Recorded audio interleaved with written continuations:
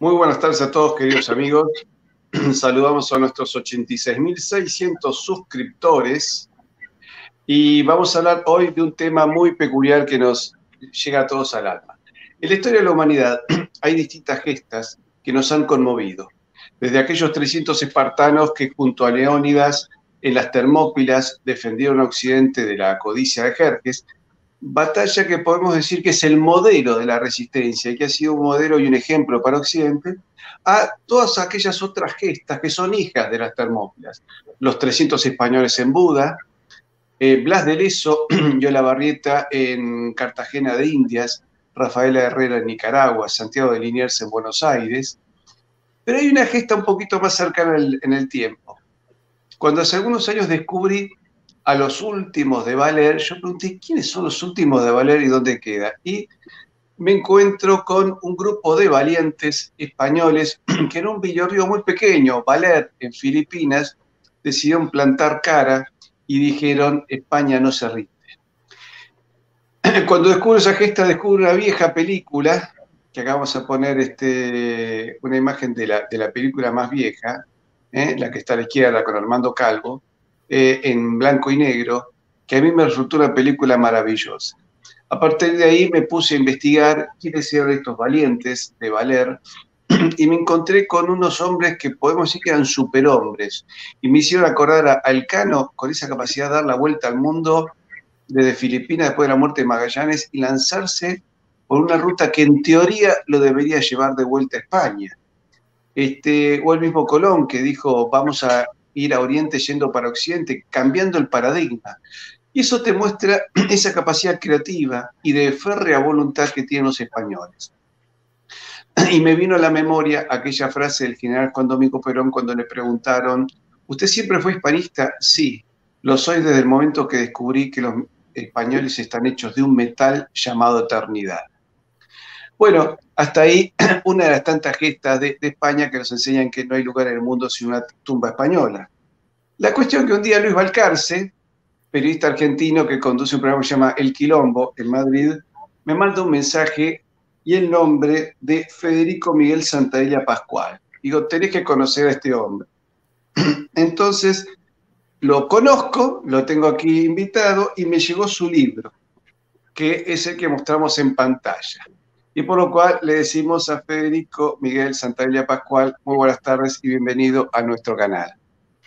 Muy buenas tardes. Para mí es un honor hablar contigo y es un privilegio poderme poner en contacto con la comunidad hispana que nos está escuchando ahora.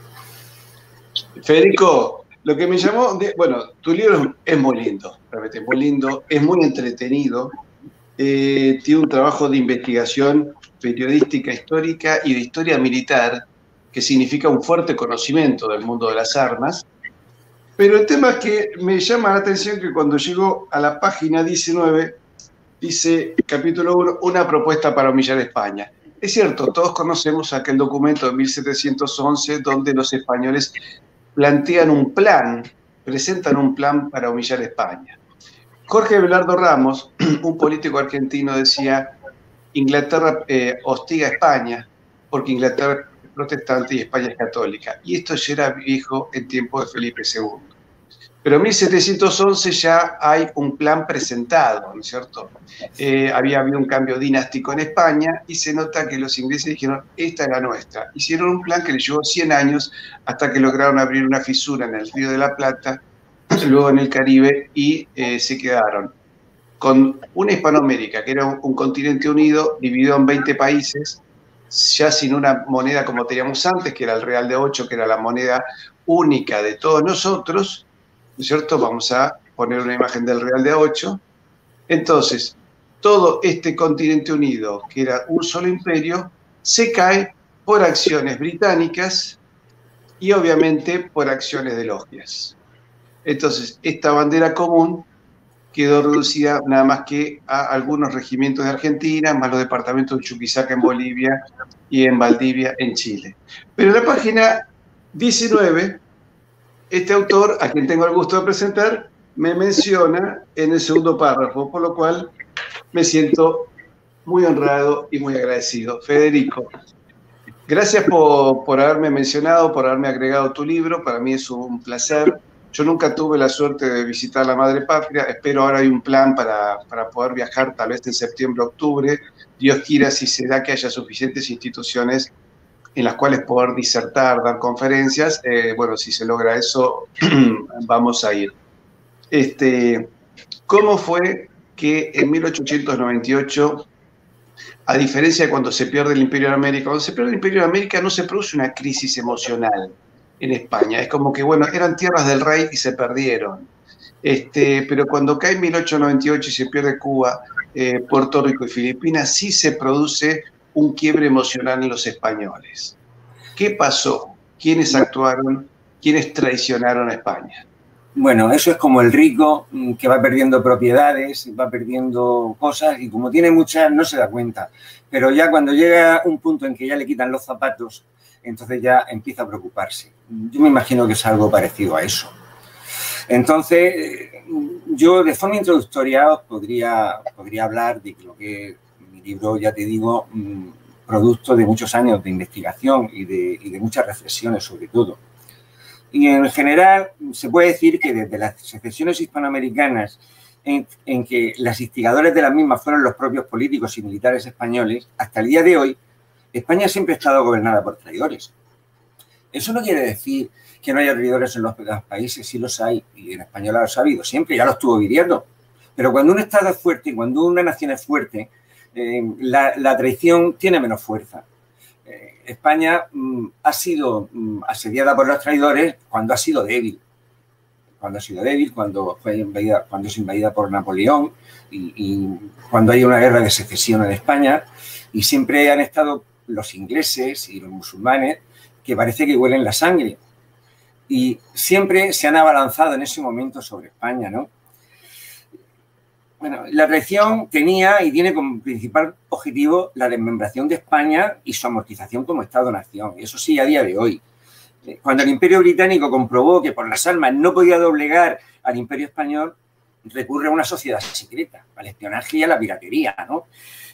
Esta sociedad los tiene a los políticos y militares españoles al servicio de los intereses británicos.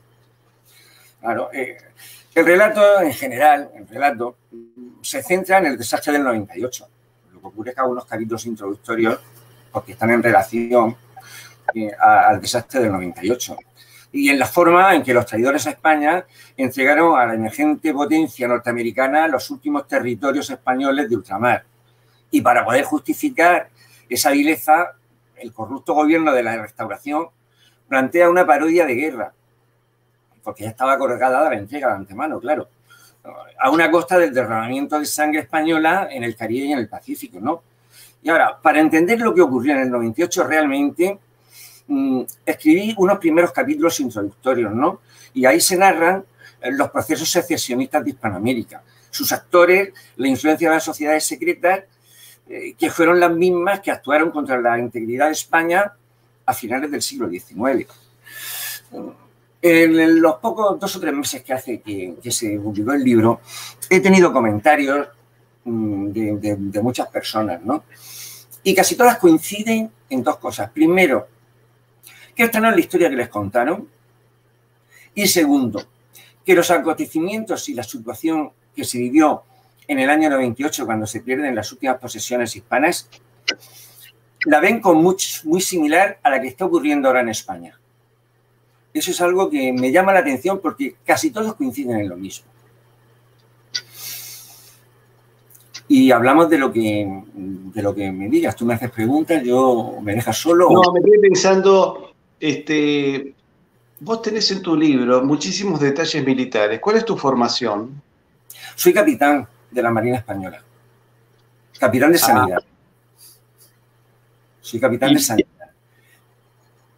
Y no sos el primer médico militar que se le da por la historia. Ahí en Radio Ya también está Antonio Ruiz de la Hermosa, que también es médico militar y también le encanta la historia.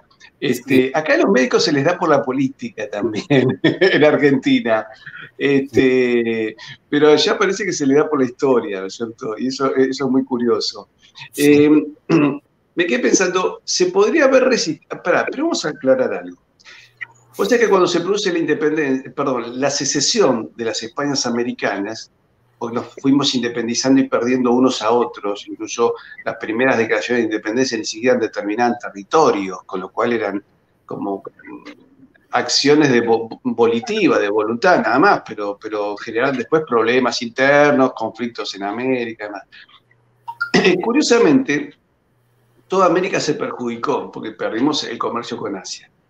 Los que curiosamente se beneficiaron, bueno, los ingleses obviamente, pero España que se dedicó a fortalecer su desarrollo interno. Y Filipinas, que era una provincia de Nueva España, o sea, de lo que es México, dedicada al comercio, tenía un fuerte desarrollo comercial. Pero van a la Corte de Cádiz, los diputados de Filipinas, y dicen, señores, si acá se produce una crisis en América, nosotros que se corta el galeón de Manila. Entonces, ahí hay un esfuerzo muy importante de España y de los filipinos por hacer un desarrollo agrícola y un desarrollo industrial. Y Filipinas tiene un siglo XIX en realidad de crecimiento económico, curiosamente, porque lo que había capitalizado como comercio lo convierte en agro y lo convierte en industria. Entonces podemos decir que el siglo XIX en Filipinas, ¿me equivoco mucho si digo que fue un siglo próspero? Fue un siglo muy próspero para Filipinas, aunque desde que se deja de navegar el galeón de Manila, cabía pensar que podía llevar eso a una crisis, pero no fue así. Ahí se fomenta la industria, se sigue fomentando el comercio y, bueno, se implantan industrias como la cerveza esta San Miguel, por ejemplo, y otra serie de industrias importantes. Filipinas, sobre todo el ámbito de Manila y la Isla Grande y la isla de Mindanao, eran unos territorios muy prósperos, unos territorios que se mantenían muy bien con España, no tenían apenas grandes problemas. Los movimientos secesionistas surgen ya en la década de los 80 del siglo XIX y bueno, de hecho España tenía un pequeño ejército en Filipinas, apenas lo tenía solamente 17.000 hombres, de los cuales el 80% eran naturales de Filipinas, eran tagalos y el resto oficiales, suboficiales y los mandos eran los españoles. Pero yo vi una serie que se hizo sobre Filipinas. O sea, vi la película en blanco y negro, que me pareció excelente. Vi la última película en color, que me pareció muy mala, porque en realidad trataron de disimular el coraje español, trataron de denostar incluso a los sacerdotes, que fueron fueron primero a decirles que todo estaba perdido, y como no le creyeron, bueno, los sacerdotes se quedan con ellos, se quedan con los soldados como hombres valientes, y en la película hay una actitud muy denostatoria, ¿no? Es decir, es muy difícil disimular tanto coraje, entonces le buscaron la vuelta al guión. No me gustó como película. No, en absoluto. Pero también hay una serie muy interesante, bastante bien ambientada, donde se ve la tradición de Estados Unidos, pero ves en el ejército español muchos filipinos, que con una tonada particular, ellos dicen ¡Viva España! Es curioso, ¿no? Porque no habla exactamente como un español, ¿no? Tienen connotaciones... más bien mexicano. Algo así, bueno, de hecho fueron provincia mexicana. De hecho, en Nueva España hubo 8 gobernadores filipinos. Eso demuestra cómo se interrelacionaba el mundo español durante el imperio, porque 8 gobernadores que tuvo México fueron naturales de Filipinas. Sí. Bueno, nosotros tuvimos un gran virrey en el Río de la Plata, que era de la península de Yucatán, hoy México, y el último gobernador de Yucatán era nacido en el Río de la Plata. Así que en realidad iban y venían todos. Todo el mundo se sentía como parte de una misma cosa. Pero a mí me sorprendió soldados filipinos mostrando la bandera española y luchando. ¿Cómo era el pensamiento de los filipinos? ¿Estaban todos con la idea de separarse de España o eran algunos? No, eran algunos. La mayoría no querían separarse de España. Filipinas se vivía francamente bien. Era un territorio muy tranquilo, un territorio que vivía del comercio pacífico, de la industria que se va fomentando. Lo que pasa es que Filipinas es un tema complejo. No es un estado coherente como pueda ser un territorio unido, sino eran más de 3.000 islas. Eran más de 3.000 islas que era imposible poner pie sobre todas ellas y era imposible hacer una coherencia. Pero bueno, había un núcleo, que era el núcleo en torno a Filipinas y en torno a la isla del Mindanao, que era un sitio donde se vivía muy bien, se vivía muy tranquilamente. Los filipinos nunca tuvieron problemas. La influencia de las sociedades secretas en Filipinas fue muy, muy tardía. Fue ya a partir de los años 80, no como en Hispanoamérica, que ocurrió mucho antes. Fue a raíz del tema de John Pullen, que había citado anteriormente. O sea, con 2 siglos de antelación o 1 siglo y medio de antelación. Filipinas, eso llega muy tarde. Allí se funda un partido, un movimiento separatista, que era el Katipunan, que dio algunos problemas. Pero es que con unas conversaciones que tuvo por la vieja, que era el capitán general de Filipinas, con ellos, con un autoexilio que hace el dirigente de ellos, ahí se queda todo. Se acabó, ya no hay más movimientos separatistas ni más nada. Luego vuelve a surgir a raíz de la batalla de Cavite y a raíz de que los norteamericanos, incitan a los filipinos a que se vuelvan a sublevar con España. Y lo hacen no porque quisieran la independencia de Filipinas, porque ni la querían, lo mismo que no querían la independencia de Cuba ni de Puerto Rico, ¿no? Lo hacen para que les apoyasen, porque Estados Unidos no tiene un ejército de tierra para poder ocupar Filipinas. En absoluto, no tenía suficientes efectivos. Con lo cual se valen de ellos y los engañan. Les dicen, vosotros nos ayudáis y nosotros facilitamos vuestra independencia. Y luego no los dejaron entrar en Filipinas cuando en Manila, cuando la capitulación de Manila, no los dejan entrar. Los tratan como bandidos y les hacen una guerra a continuación.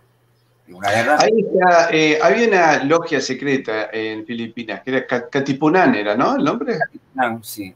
Eso que era una suerte de masonería filipina, pero sí, estadounidense, ¿no? Sí, pero sí, el Katipunan era el movimiento, digamos, el movimiento separatista filipino. Y ese movimiento estaba apoyado por la masonería estadounidense. Y es y realmente los estadounidenses, la masonería estadounidense, es la que funda el Katipunan. Efectivamente. Y cuando uno ve eso, ve cómo se va desarticulando también todo el poderío económico, ¿no es cierto? De hecho, mira, todo lo que era la costa del Pacífico, Chile, Perú, México, que hoy se habla de la ruta de la seda, era la ruta nuestra. Acá te están mandando saludos de Chile, Héctor Luis García Magnan. De Chile tenemos muchos seguidores y estoy viendo que a tu espalda, a ver si puedo sacar la imagen, tenés un libro de un autor chileno. Sureños a las armas, de Ángelo Guiñez Jarpa. De acá lo reconocí. Sí, sí. Este Sureños a las armas es un lindísimo libro. Un poquito sí, más para el otro lado. Ahí, perfecto. 1813 a 1832. Ahí cuenta, Ángelo, que tuve la oportunidad de conocerlo en Buenos Aires, la cantidad de caciques y caudillos criollos chilenos que dijeron, no, vamos a mantener la unidad, porque no nos conviene en absoluto separarnos. Es decir, él dice que encontró ya 14 caudillos entre caciques y criollos que organizaron milicias para mantener la unidad de Chile con el resto del continente, ¿no es cierto? Hay algunas cartas entre el cónsul inglés en Buenos Aires y San Martín, y bueno, ven que ya San Martín él planea ofrecerle a Inglaterra los puertos de Chile a cambio de un potencial desarrollo industrial chileno, cosa que nunca se dio, ¿no es cierto? Por eso dice que Pueyrredón le dice a San Martín, mandanos diputados de Chile para elegir un rey entre nosotros, y no lo hizo. Le dijo, no, Chile va con otro desarrollo. Y en realidad la separación entre todos nosotros fue fatal. Y de hecho ha sido fatal, y hoy tenemos a toda América prácticamente cayendo en manos de una izquierda entreguista, así como una derecha liberal conservadora que también fue entreguista, ¿no es cierto? Pero una pregunta, en España, tengo entendido que la regente de España luchó por mantener la unidad con Cuba y Filipinas? Fue la clase política la traidora, ¿no? Efectivamente, fue el régimen de la Restauración. Es lo que se llama la España de los caciques. Había dos partidos, liberales y conservadores, que se repartían el poder. Que cada legislatura le tocaba a uno y no era cuestión de votos. Se hacían pucherazos cada vez, pucherazos consentidos para que ganasen uno o ganasen otros. Entonces gobernaba, era el régimen del turnismo. El que le tocaba el turno, esos eran los que gobernaban. Y bueno, y en esa época pues, el único interés que tenían no era interés internacional ni relaciones internacionales, era una España autárquica y solo querían gobernar con sus caciques en el terruño, en la comarca, en el pueblo. Y ese era el problema. Además, no tenían ningún interés en conservar Cuba ni Filipinas. Los únicos que tenían interés en España en conservar Cuba y Filipinas, además del pueblo español, que no se enteraba absolutamente de nada, eran los comerciantes catalanes y los navegantes cántabros y vascos, que estaba la compañía transatlántica, que después de Inglaterra era la mejor marina mercante del mundo. Y los catalanes tenían pues, todo el negocio del azúcar, del ron y del tabaco en Cuba. Ahora, hubo empresarios españoles que se quedaron después de la separación de Filipinas, que incluso algunos se quedaron hasta principios de la Segunda Guerra Mundial, y algunos de ellos lamentablemente fueron asesinados por tropas japonesas. De ahí que, bueno, Franco decide, no rompe contra el eje, pero sí con Japón, si mal no recuerdo, ¿no? Sí, cuando los Estados Unidos ocupan Filipinas, a continuación, hacen una guerra cruel, tremenda, contra los propios filipinos. De 7 millones de filipinos que se calcula que podía haber en aquella época, 1,5 millones fueron masacrados. Normalmente se enseñaron especialmente con los que hablaban español y con los que tenían tradiciones españolas. Eso fue tremendo, eso fue terrible. Eso es un hecho, un genocidio que no sale, del cual se conoce muy poco, pero efectivamente así fue. No obstante, como la pérdida de Filipinas en el 98 fue una auténtica comedia, todos los propietarios españoles siguieron con sus propiedades, todos los industriales y todos los comerciantes siguieron con sus negocios exactamente igual. Porque es la primera vez en la historia de las capitulaciones que la potencia vencida, que el país vencido, no tiene que pagar indemnizaciones de guerra. Es curioso. Eso ya demuestra que todo estaba pactado. E incluso los soldados que se repatriaron fue a cuenta de los Estados Unidos. A ver, para. Vamos a ir ubicando algunas cosas. Es cierto que los norteamericanos matan al 20% de la población filipina y matan a la cultura, matan intelectuales. Lo mismo que hicieron los soviéticos en Katyn, en Polonia, donde mataron 20.000 profesores y militares y gente culta. Sí, el grueso de la inteligencia polaca es asesinada en Katyn. Que luego le echan la culpa a los alemanes, pero bueno, se descubrió desde el comienzo que habían sido culpa de los soviéticos, incluso la Rusia de Putin lo reconoció. Pero, y vemos que Estados Unidos hizo lo mismo. Acá en los años 70 también el terrorismo que asoló la Argentina asesinó intelectuales católicos como Carlos Saccheri y Jordán Bruno Genta. El caso de Genta fue un hombre que tuvo una gran influencia en la formación espiritual de la Fuerza Aérea Argentina, ¿no? Y que fue un factor muy importante en la Guerra de Malvinas, porque tenían ese carácter. Ahora, ¿por qué decís que la derrota de 1898 fue una derrota pactada? ¿Cómo fue la tradición de dirigentes políticos españoles y hacia quién se entregaron? ¿Hacia los norteamericanos, hacia las logias? ¿Cómo fue eso? Vamos a ver. Es muy difícil saber qué hay detrás de cada conspiración. Porque los conspiradores no te van a decir los motivos por los cuales conspiran, si no se desenmascararían. Eso no se sabe exactamente porque no te lo van a decir de ninguna manera. Pero sí podemos atenernos a los hechos, a los sucesos, a lo que ocurrió. Y todos los hechos vemos y se demuestra que están encaminados hacia perder una guerra, a enviar a una flota a que no pueda ganar de ninguna manera y unos hechos anteriores que también te lo demuestran. Por ejemplo, cuando el presidente del gobierno español, Cánovas del Castillo, dijo que para conservar Cuba y Filipinas, sobre todo Cuba, entonces no se hablaba de Filipinas todavía, para conservar Cuba, se iba a gastar hasta la última peseta y hasta la última gota de sangre, a continuación es objeto de magnicidio. Lo mata, dicen en la historia oficial, que fue un anarquista, un tal Angiolillo. Pero el movimiento anarquista español jamás ha demostrado ese magnicidio, o sea, nunca ha reivindicado ese magnicidio para su causa. Angiolillo fue un sicario. Se sabe que Angiolillo estuvo en Inglaterra, estuvo en reuniones con norteamericanos e ingleses, que eran cómplices de los norteamericanos, como siempre, y bueno, hacen el magnicidio. La cosa no se queda ahí. A continuación,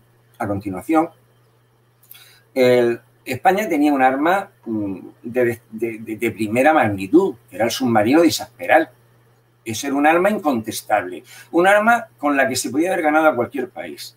Es decir, era un arma que de hecho, de haberla desarrollado, no hubiese habido guerra por el poder disuasorio que tenía un barco que debajo del agua pudiese disparar torpedos cuando era imposible localizarlo con los medios de la época, que no había sonar, ni fonolocalizadores, ni nada de eso en absoluto. Bueno, pues los planos y el proyecto del submarino se publican en el boletín oficial del Estado y se dan a conocer en público.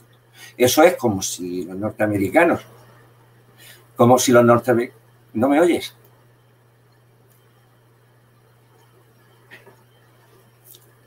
Perdona, no te oigo ahora.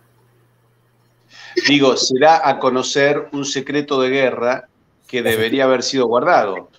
Naturalmente, eso era un secreto de guerra, un secreto de Estado. Es como si los norteamericanos, un año antes de tirar la bomba atómica, hubiesen publicado los planos y el proyecto de la bomba atómica. Es que es exactamente lo mismo. Federico, te cuento que acá nos pasó algo parecido.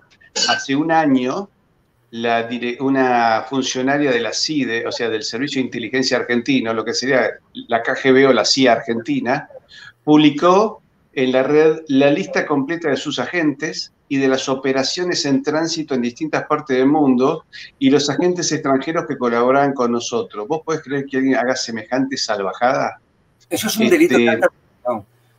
Es un delito. Bueno, todavía está ahí.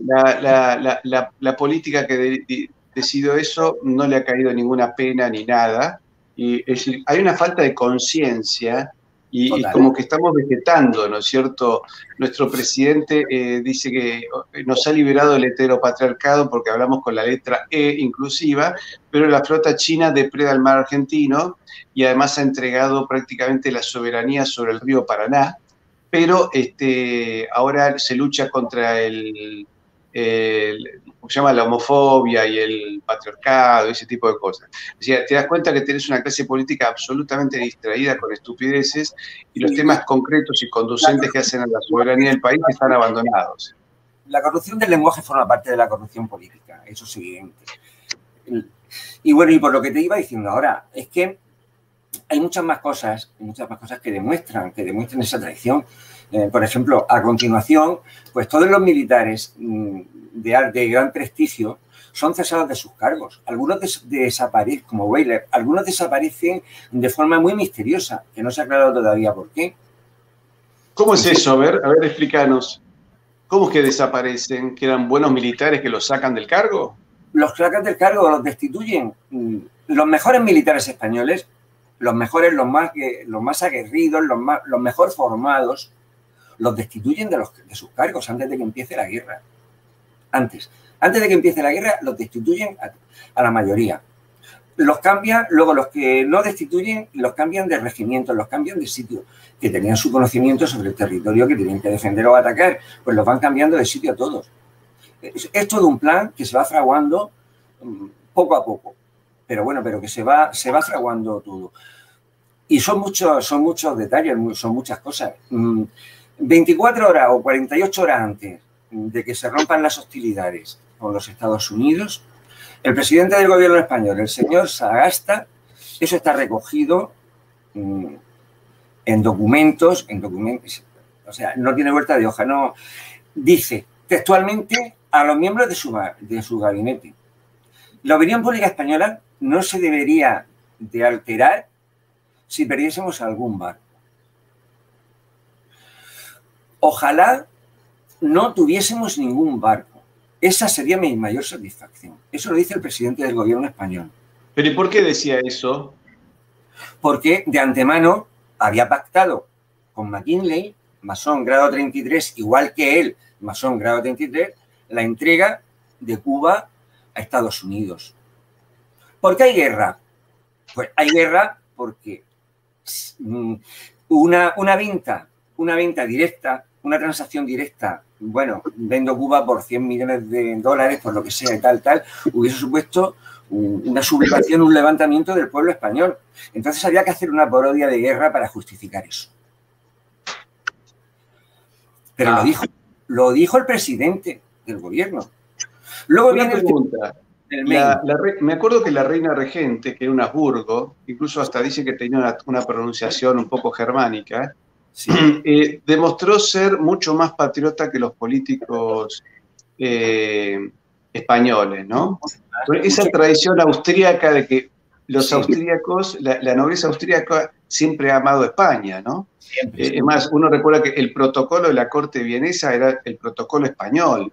Sí. Y me llama la atención que incluso vos sabés que en Austria también hay una leyenda negra. Le ocultan el pasado de la grandeza española que tuvo Austria. Total. La Casa de Austria dominó el mundo a través de España. Y los austríacos no lo saben. Mirá qué curioso. Cómo buscan evitar las alianzas. Alemania, el mayor periodo de grandeza de Alemania fue cuando pertenecía a Carlos V. Fue con Carlos V. Exactamente. Pero una pregunta, en condiciones normales, porque la reina protestaba, ¿no? Contra la clase política, en condiciones normales, el ejército español en Cuba y la marina española, ¿podrían haber derrotado a la marina norteamericana o por lo menos al ejército norteamericano en tierra? Por supuesto que sí. Y si no, ¿por qué? A ver, explícanos por qué podría haberlo logrado. Bien, vamos a ver. Estados Unidos, después de su guerra de secesión, desmovilizó al ejército. Los Estados Unidos, la mentalidad comercial de los Estados Unidos, en ese momento no estaba por la guerra ni por mantener un ejército, sencillamente porque no era negocio. No es como ahora que está la Lockheed, que está en la Grand Star, que es un negocio de venta de armas y tal a otros países. En aquel momento no. Simplemente era su mentalidad comercial y tal. El ejército no era negocio, el ejército no se mantiene. Había una especie de Guardia Nacional, que era la que vemos en los escuadrones de caballería atacando a los indios y todo esto, que estaba formada por 25.000 hombres nada más, pero 25.000 hombres, la mayoría de caballería, pero sin cuerpos ni armas, es decir, sin ingenieros, sin zapadores, sin artillería apenas, y nada de eso. Era en un momento determinado para cualquier cosa, pues se juntaban y sí, tal. De todas formas... O sea, perdón, no era un ejército, vamos a aclarar, quiere decir que la Guardia Nacional de Estados Unidos no era un ejército profesional. No era un ejército regular, digamos. No era un ejército regular. Lo tenían, era lo mismo, la mínima expresión que podían tener. No tenían enemigos, realmente no tenían enemigos, con lo cual el ejército era prácticamente cualquier país de Europa, cualquier país, incluso de Sudamérica, tenía mejor ejemplo. De cualquier país de Sudamérica tenía un ejército más numeroso que el estadounidense, eso es así. Entonces, en cuanto al ejército de tierra, no tenían nada que hacer con el ejército español. Solamente en Cuba había 200.000 soldados españoles encuadrados en todos los ejércitos, en todas las armas. Un ejército... además, un ejército fogueado en 1000 batallas. Tengamos en cuenta que todo el siglo XIX España estuvo permanentemente en guerra, o bien en guerra contra otras naciones, o bien en guerras civiles. Todos los gobernantes tenían que tener un ejército, porque cada vez que gobernaba una facción, normalmente a costa de un pronunciamiento militar.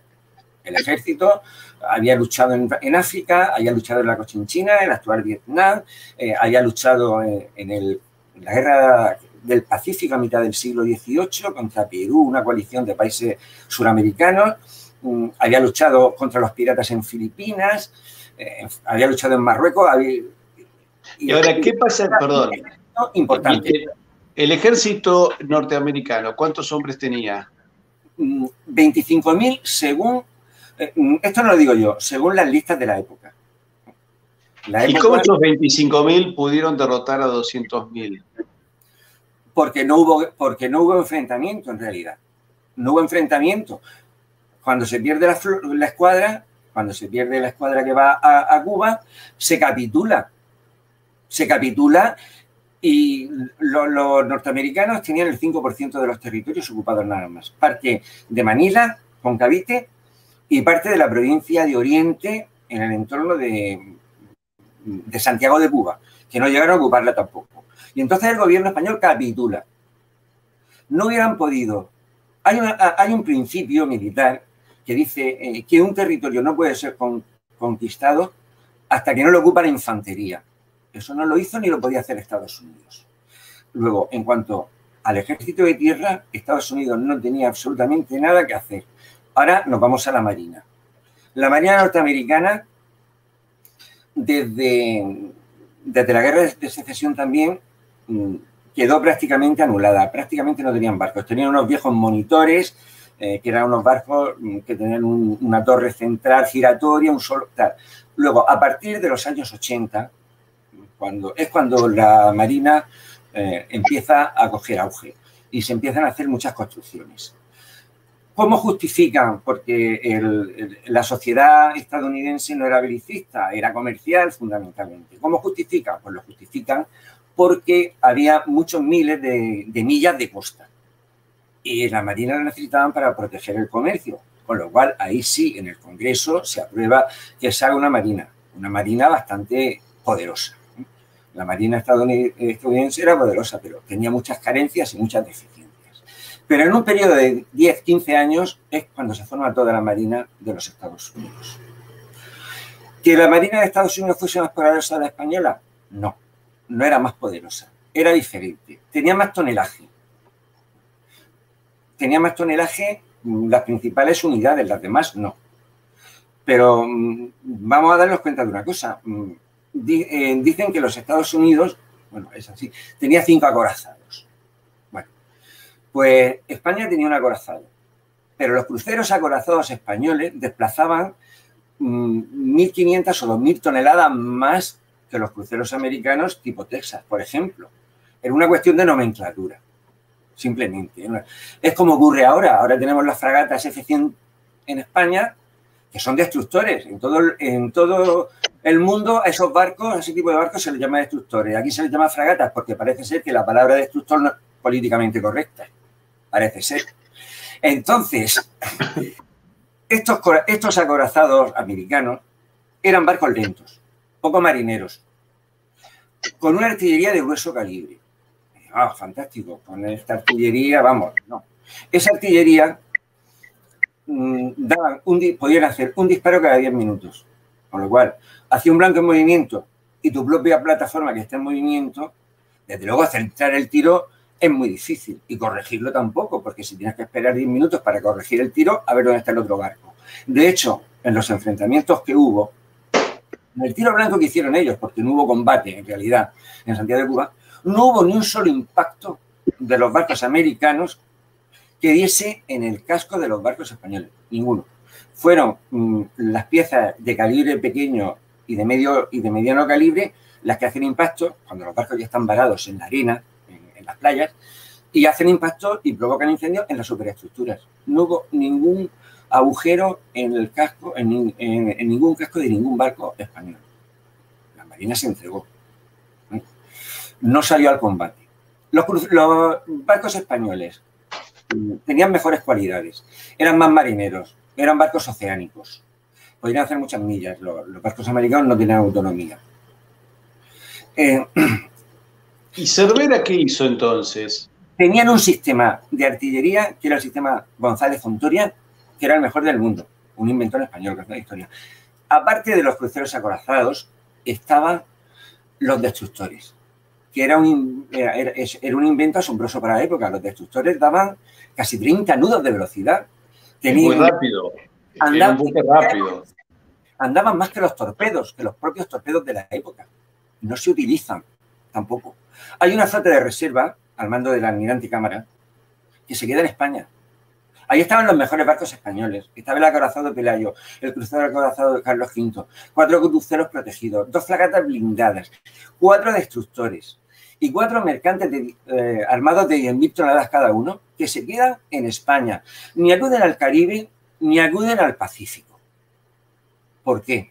Son muchas incógnitas, pero ¿por qué? Porque no se quería ganar la guerra.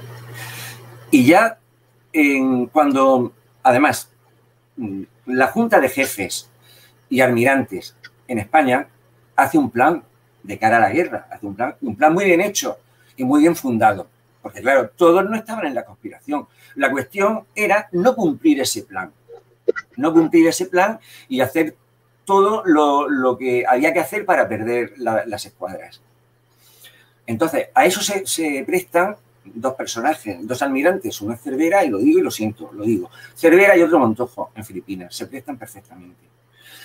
La escuadra de Cervera tenía la misión de ir a San Juan de Puerto Rico y de ir a Santiago de Cuba, al abrigo de las baterías de costa que eran muy potentes. No podía haber entonces bloqueo de los americanos porque era la doble acción de los barcos españoles y la doble acción de las baterías de costa. Son mucho más precisas las baterías de costa porque parten de un punto fijo, no tienen que calcular tu propio movimiento como los barcos y el movimiento del barco enemigo. Pues no se dirige a esos sitios. Se dirige a Santiago de Cuba, el lugar más alejado de las operaciones, el lugar donde menos falta hacía.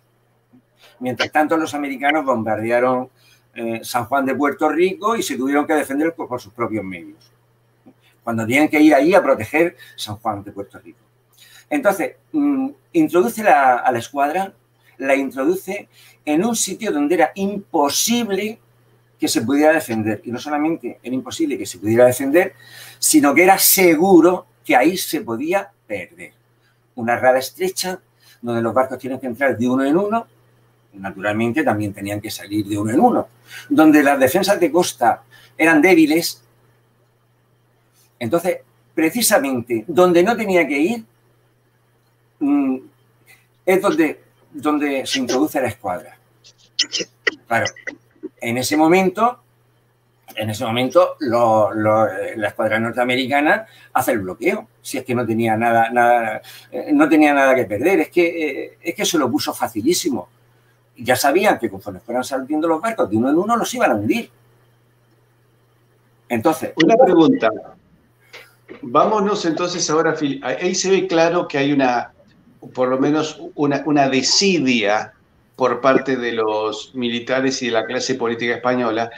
Desidia es por ser amable, evidentemente hay una traición porque nadie puede ser tan idiota. Y si es un idiota, es por lo menos deshonesto, porque la conducta correcta no es solamente no robar, es también no aceptar un cargo para el que no se está capacitado, ¿no es cierto? Entonces, ahí hubo desidia o deshonestidad o falta de honradez. Pero, ¿qué pasa en el Pacífico con estos muchachos en Valer? Es decir, ¿qué pasa en Filipinas? ¿Cómo se entrega Filipinas? ¿Y por qué es tan importante la gesta de los últimos de Valer? La gesta del último de Valer fue un acto realmente testimonial. Los de Valer ya no podían solucionar absolutamente nada, pero sí muestra el espíritu del soldado español, que nunca se rinde, que durante siglos jamás se ha rendido. Es una gesta, una hazaña épica. Es algo que de España no se valoró en un principio. Era casi un estorbo. Si se conoce el tema de Valer y se ensalza en todas partes, fue porque la prensa internacional continuamente iba diciendo que los héroes de Valer seguían resistiendo. Al mes siguiente, siguen resistiendo los héroes de Valer. Y ahí se ve el espíritu indómito del español, del soldado español que había conquistado el mundo. Se ve en esa gente, no en los traidores que nos hacen perder los territorios en Filipinas, y en Cuba y previamente en Hispanoamérica. Y algo que me llamó la atención de estos hombres es el lugar que eligen para defenderse, ¿no? Esta es una imagen de la capilla Sí, de la que iglesia. fue el último resabio, el último lugar para defenderse. Y acá hay un croquis de cómo hicieron una trinchera para defender la iglesia. ¿Cuántos días aguantaron ahí? Fueron 300, si no me equivoco, 337 días, nada menos. ¿Y cuántos soldados eran los españoles? Era una compañía disminuida, con lo cual habría unos 50 o 60, unos 60 habría más o menos, unos 60. Y además tuvieron que hacer frente al beriberi, a enfermedades, en fin. Fue ya solamente por las enfermedades que tenían y era para que se hubiesen entregado y no lo hicieron. Aguantaron ahí hasta el final, hasta que no se convencieron de que era cierto de que España había perdido Filipinas, porque no podían creerse que España hubiese entregado Filipinas. Es decir, no había un ánimo, porque digamos, uno puede decir, mi país no lo quiere entregar, pero digamos, los nativos me rechazan. ¿No había un rechazo marcado de los filipinos con respecto a España? No creo que hubiese tanto rechazo, pero bueno, en una guerra cada uno pues tiene que atacar al enemigo. En este caso, el enemigo era España. Yo tengo entendido que en esta batalla murieron 17 soldados españoles y 700 filipinos. Sí, eso he leído, eso es lo que se dice. Así fue, efectivamente. Los filipinos atacaban y atacaban y atacaban y estos se defendían con lo que podían y cuando les faltaban municiones hacían salidas en descubierto y robaban las municiones a los filipinos. Cuando les faltaba comida salían a los huertos y cogían frutas, verduras o cogían animales y los introducían dentro. Fue una hazaña épica realmente. Además, ¿cómo fue el retorno? Es decir, yo tengo entendido que al final fueron funcionarios españoles con diarios y explicaron la realidad, que, digamos que ya no se justificaba la resistencia.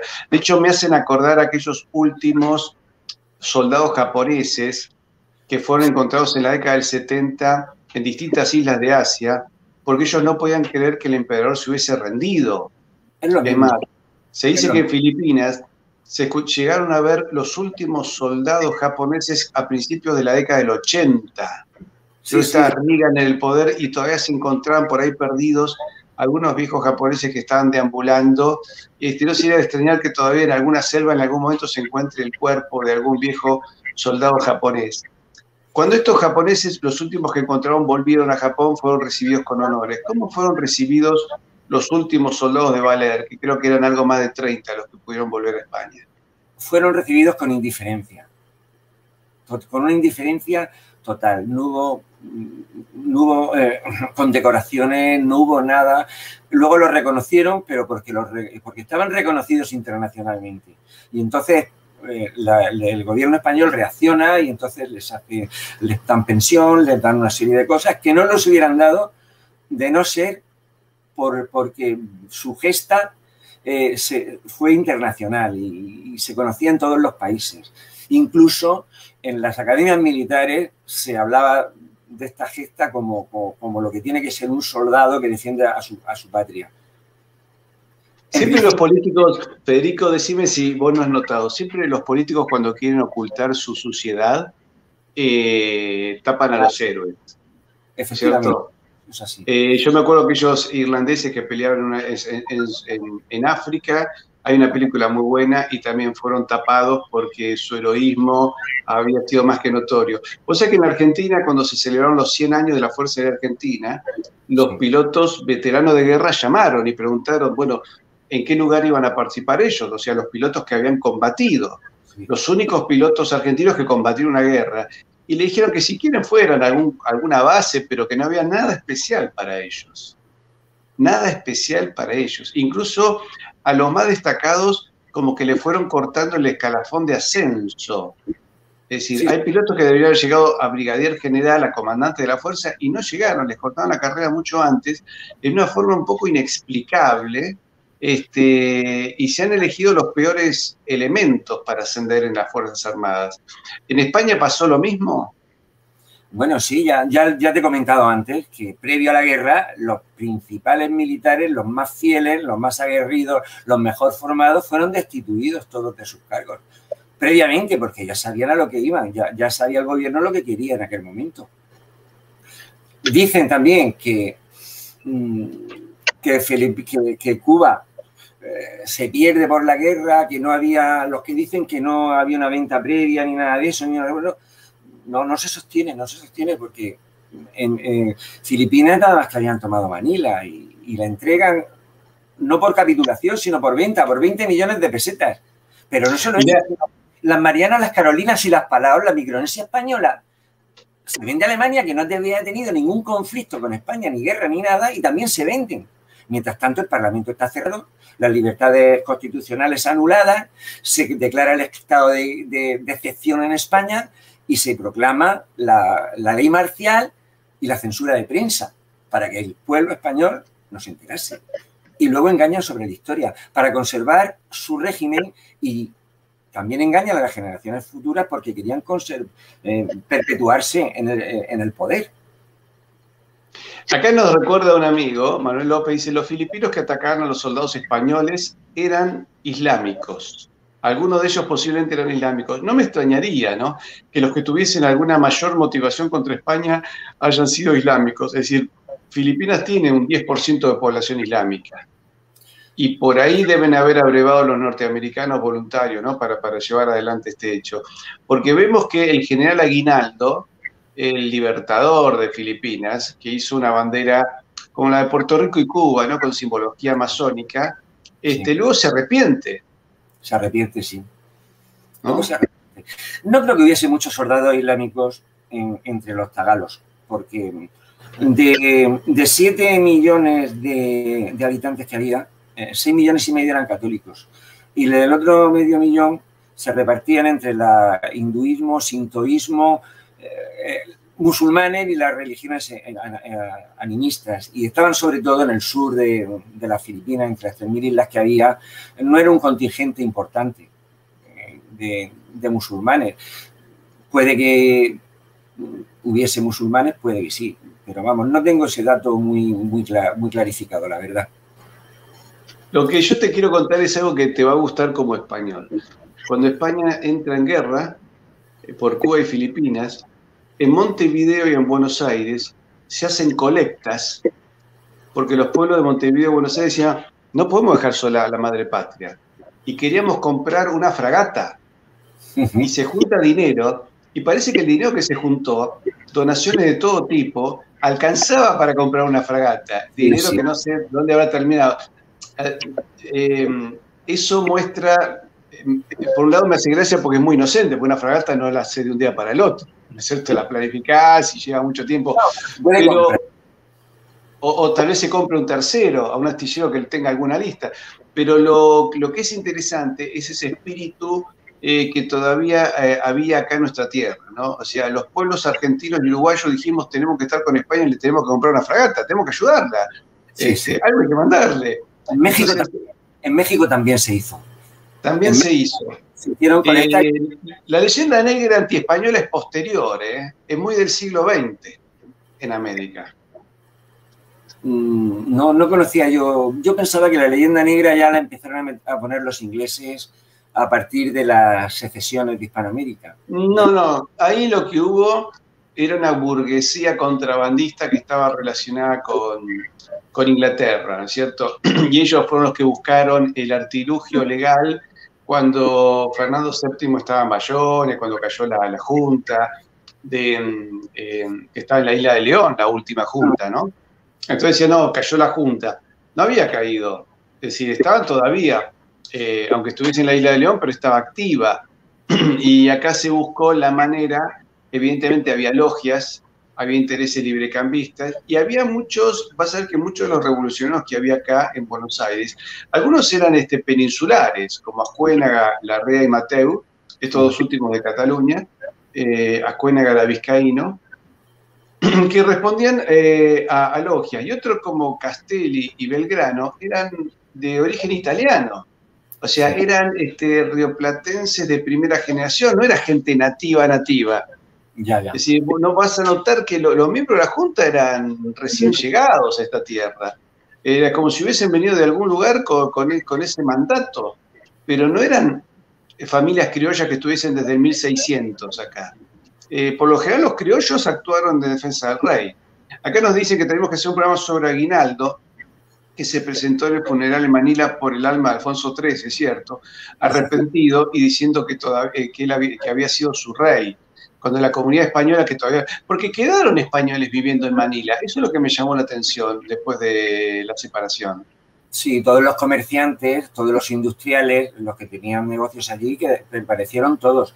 La comunidad española en Manila fue prácticamente arrasada con la entrada de los japoneses.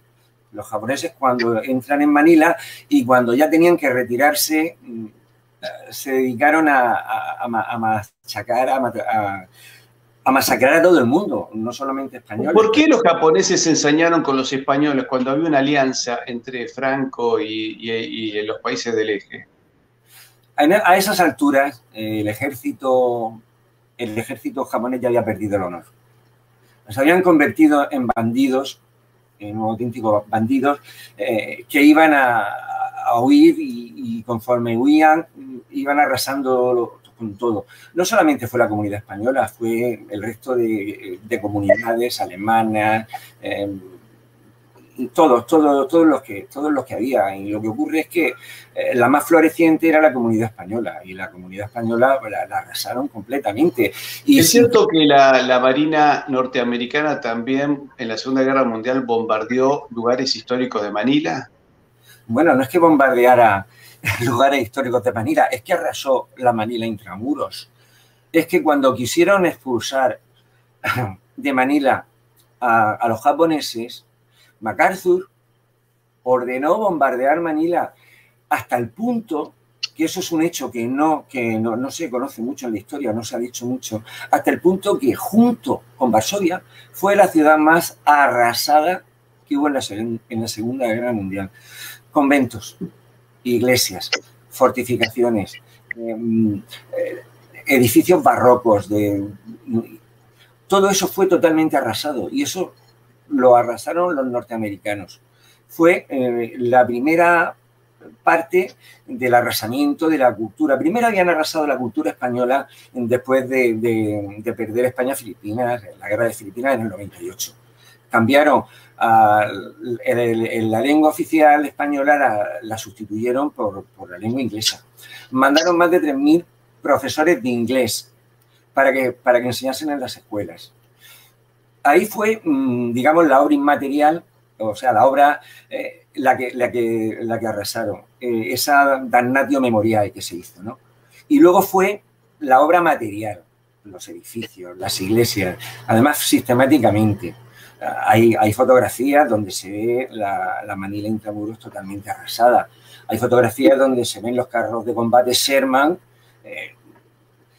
arrasar y destruir una portada barroca sin ningún tipo de escrúpulos. Entonces, ha sido una norma de las Fuerzas Armadas norteamericanas destruir lugares religiosos.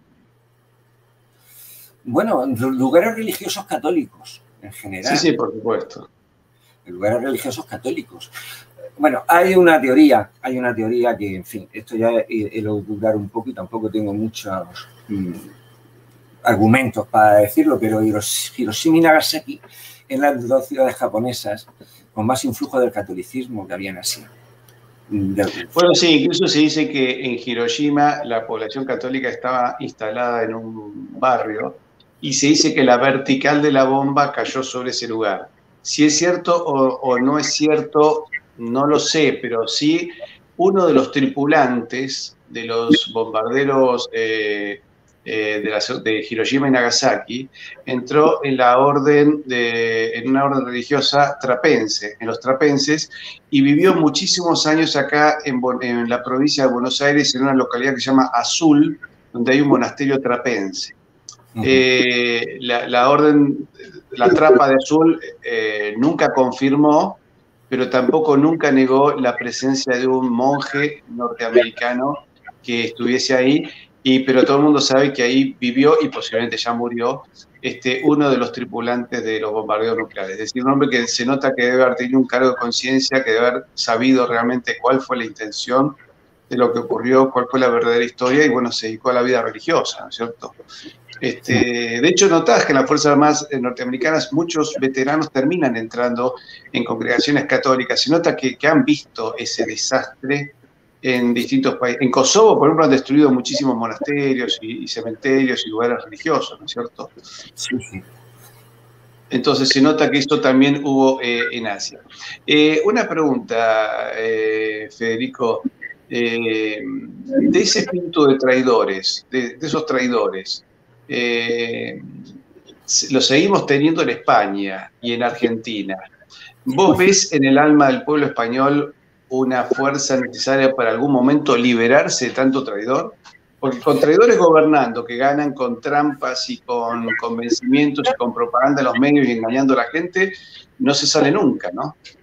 Hay muchos españoles que son conscientes de eso, pero no los suficientes, porque la sociedad española está totalmente anestesiada con ingeniería social, con la manipulación de la prensa, con la manipulación de la información, con el adoctrinamiento en los colegios.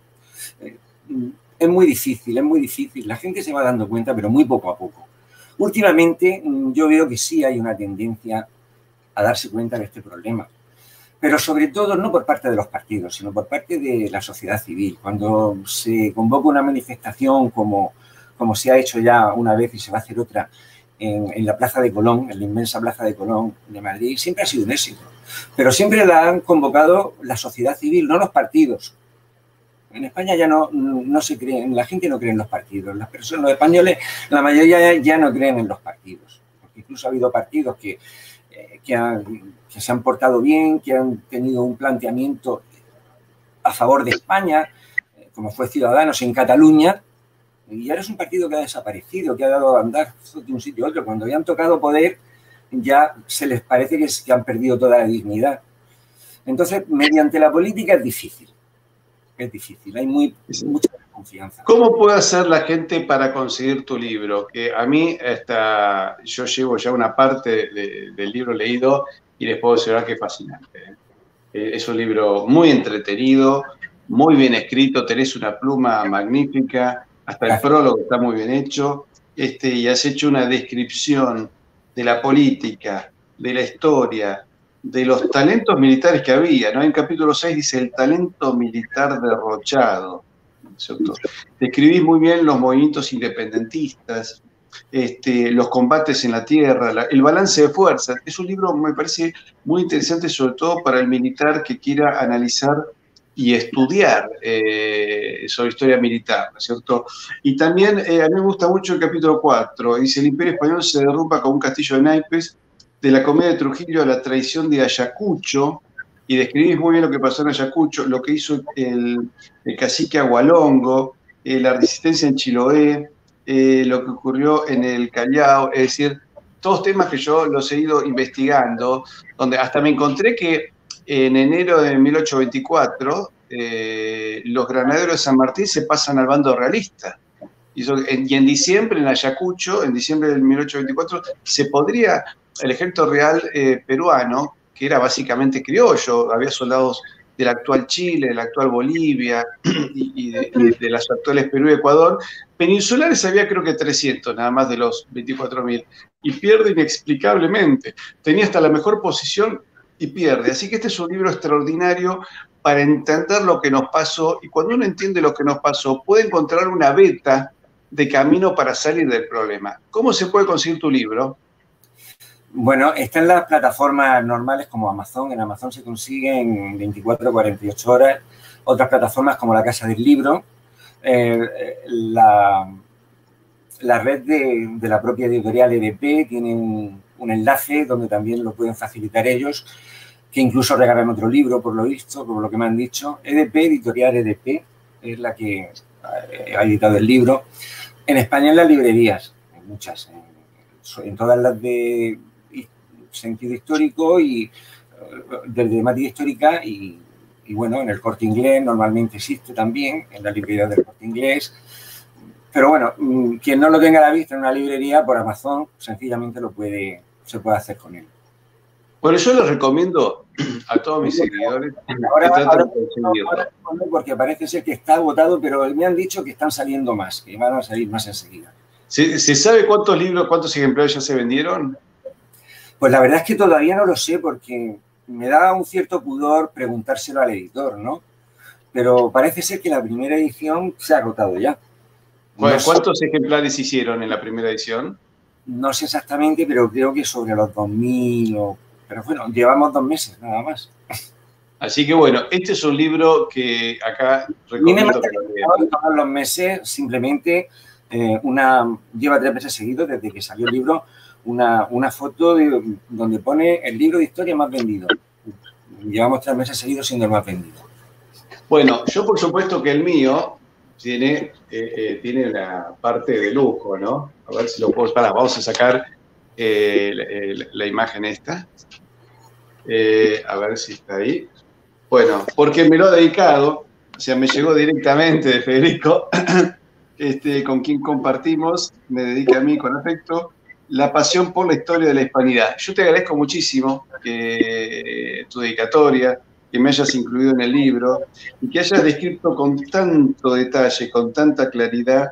Tiene además una parte muy interesante de imágenes.